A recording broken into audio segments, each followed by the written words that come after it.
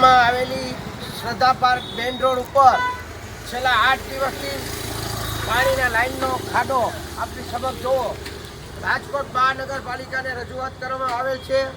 માન્ય શ્રી મકવાણા સાહેબને અને 4 કોર્પોરેટરશ્રીને છેલ્લા આ સ્થિતિ 8 દિવસથી છે. તો 18 નંબર વોર્ડમાં અન્ય સોસાયટી ભવનાથનગર, પારસ, સુખરામ, શ્રદ્ધા મેઇન રોડ, ગોપમન્ના, રજત સમગ્ર વિસ્તારમાં પાણીના પ્રશ્નની ઠેક ઠેકાણે લાઈન તોડવામાં આવી છે.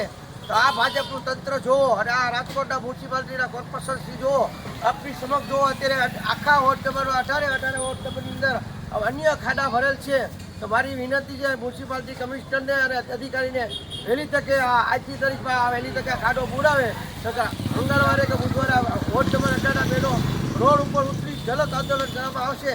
હું સોશિયલ મીડિયાના માર્ગદર્શક અપીલ કરું છું.